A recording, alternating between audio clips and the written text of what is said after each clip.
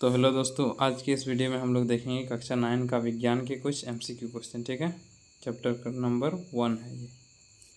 Chapter का नाम क्या है? आसपास, हमारे आसपास के पदार्थ। ये हमारा क्लास 6 होने वाला है। ठीक है, तो देखिए क्वेश्चन को देखेंगे। यहाँ है क्वेश्चन नंबर 51। इसमें कहा गया है गुप्त ऊष्मा की मात्रा क्या होती है। ठीक है, तो गुप्त ऊष्मा की मात्रा क्या होती है?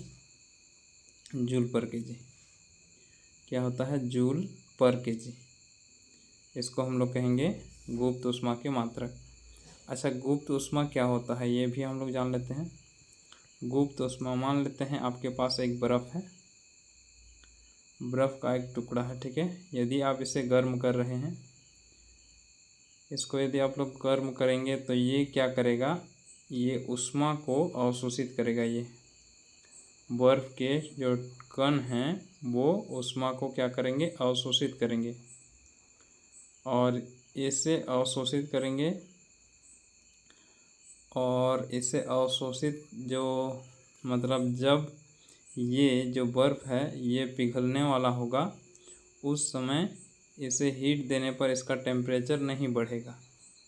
नहीं बढ़ने का मतलब क्या है? ये जो टेम्परेचर, यदि आप लोग, एक बर्तन है ये आपका, ठीक है, इसमें आप थर्मामीटर है और यहाँ आपका बर्फ़ है, और इसको यदि आप हीट कर रहे हैं, ठीक, तो ये इसका तापमान बढ़ता जाएगा। जैसे इसको हीट दिया जाएगा तो इसका तापमान बढ़ता जाएगा। आप थर्मामीटर में देखेंगे कि इसका तापमान बढ़ रहा है। ठीक है, लेकिन एक पॉइंट ऐसा मिलेगा जब ये नहीं बढ़ेगा, मतलब इसको हीट करने के बाद भी इसका टेम्परेचर नहीं बढ़ेगा। क्यों नहीं बढ़ेगा? क्योंकि इस पे जो ऊष्मा दिया जा रहा है वो सब ऊष्मा ये बर्फ़ के टुकड़े के जो कण हैं वो अपने और मतलब वो एब्जॉर्ब कर लेगा। ठीक है, यानी कि वो आकर ले लेगा। तो इस स्थिति में ये जो टेम्परेचर है, यानी कि ये जो बर्फ़ का टुकड़ा है उसका टेम्परेचर नहीं बढ़ेगा, क्योंकि वो अपने गतिज ऊर्जा ले रहा है। कौन ले रहा है? ये जो बर्फ़ के टुकड़े की जो कण है वो। ठीक है, तो इसमें कहा गया जूल पर केजी, यानी कि 1 केजी बर्फ़ के टुकड़े, मतलब जितनी ऊर्जा होती है उसको हम लोग कहेंगे गुप्त ऊष्मा की मात्रा। ठीक है, तो उसी को कहा गया है जूल पर केजी। नेक्स्ट देखिए, इसमें कहा गया है 1 कैलोरी बराबर होता है, क्या होता है? 1 जूल, या फिर इतना जूल, या फिर इतना, या फिर इतना। तो ये होता है 4.184 जूल। ठीक है, 1 कैलोरी बराबर, तो ये वाला ऑप्शन आपका सही होगा। नेक्स्ट देखिए, इसमें कहा गया है पदार्थ के विभिन्न अवस्थाओं में अंतराण्विक गुण का बढ़ते क्रम। अंतराण्विक गुण का मतलब होता है, जैसे कि ये आपका 2 कण है, मान लेते हैं ये किसका है? ठोस का है, ठोस या तो द्रव का है। ठीक है, तो ये द्रव का है, तो इन दोनों की जो अंतराण्विक बल है, यानी कि ये जो कण है, दोनों कण, ये एक दूसरे को क्या करेंगे? आकर्षित करेंगे, और जिस बल से इसको आपस में ये दोनों आकर्षित करेंगे उसी बल को हम लोग कहते हैं अंतराण्विक बल। ठीक है, लेकिन ये हमसे पूछा गया है कि इसमें यदि ये द्रव है और ये आपका ठोस है, ठीक है, और यहाँ हम लोग बना लेते हैं गैस का, तो ये ठोस का जो है वो नज़दीक नज़दीक होगा। ठीक है, अंतराण्विक जो कण हैं वो कण क्या होंगे? नज़दीक नज़दीक होंगे एक दूसरे के, और इसका अंतराण्विक बल सबसे ज़्यादा होगा। उसके बाद ये जो द्रव है ये ठोस की तुलना में थोड़ा दूर दूर होंगे, और इसका अंतराण्विक बल ठोस की तुलना में कुछ कम होंगे। ठीक है, और सबसे कम क्या होगा? गैस का ये कण आपस में दूर दूर होंगे द्रव से भी, और इसका जो अंतराण्विक बल है वो सबसे कम होगा। ठीक है, तो सबसे अधिक किसका होगा? आपका होगा ठोस का, उसके बाद द्रव का, उसके बाद सबसे कम गैस का। तो हमें कहा गया है बढ़ते हुए क्रम, तो थोड़ा सबसे कम तो होता है इसका गैस का, तो ये है गैस, उसके बाद द्रव, तो द्रव, उसके बाद ठोस, तो ये वाला ऑप्शन नंबर बी सही है। ठीक है, नेक्स्ट देखिए, इसमें कहा गया है बर्फ़ के गलने की गुप्त ऊष्मा।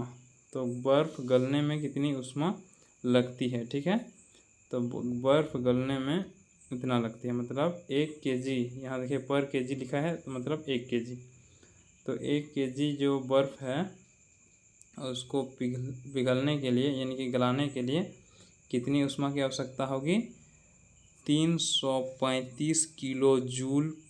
ठीक है, 1 kg बर्फ़ को पिघलने के लिए 335 kg, kg नहीं किलो जूल, kg इसको बोलेंगे, ये किलो जूल है। किलो जूल का मतलब के का मतलब होता है 1000, 1 के, ठीक है, 1 के का मतलब होता है 1000। तो ये वही वाला की है और ये kg वाला की है। ठीक है, तो कौन वाला ऑप्शन सही है? ए नंबर, ये वाला 335। नेक्स्ट देखिए, प्रकृति में कौन सा पदार्थ ठोस, द्रव और गैस तीनों अवस्था में पाए जाते हैं? तो वो क्या है? आपका जल है। ठोस अवस्था को देखें तो बर्फ, द्रव अवस्था में जल यानी कि पानी, गैस अवस्था में वाष्प यानी कि भाप। ठीक है, निम्न में से सबसे कम घनत्व किसका है? तो ये रुई का है सबसे कम घनत्व। ठीक है, यहाँ पानी है, लोहा है, शहद है, ये सब भारी है। निम्न में कौन पदार्थ का गुण नहीं है? घनत्व, संप्रियता, विसरण, तरंगधैर्य, ये पदार्थ का गुण नहीं है। ठीक है, ये वाला होगा। वाष्पन की प्रक्रिया में उत्पन्न होती है गर्मी, ताप में वृद्धि, शीतलता या इनमें से कोई नहीं? तो क्या होगा? शीतलता। वाष्पन की प्रक्रिया से उत्पन्न होती है शीतलता, इसलिए वाष्प यानी कि गर्मी में हमें सूती का कपड़ा पहनना चाहिए। ठीक है, जिससे हमारे शरीर से जितनी भी मतलब गर्मी यानी कि क्या बोलेंगे, पसीना आएगा, वो सूती के कपड़े में एकत्रित होंगे, फिर वो वाष्पीकृत होंगे, तो उस समय हमारे शरीर को ये शीतलता प्रदान करती है। ठीक है, गर्म करने पर गैस का आयतन क्या होता है? बढ़ जाता है। यदि गर्म करेंगे तो उसके अणु अधिक अधिक दूर दूर होते जाएंगे, क्योंकि इसका ऊर्जा बढ़ जाएगा तो ये आपस में इधर उधर क्या करेंगे? गति करेंगे। ठीक है, इधर उधर गति करेंगे तो वो ज़्यादा ही क्या खोजेगा? जगह, यानी कि ज़्यादा स्पेस लेने लगेगा। ठीक है, तो इस प्रकार हम लोग कह सकते हैं कि ये क्या होगा? आयतन बढ़ जाता है। दिए गए चित्र में पदार्थ के किस अवस्था के कणों को दिखाया गया है?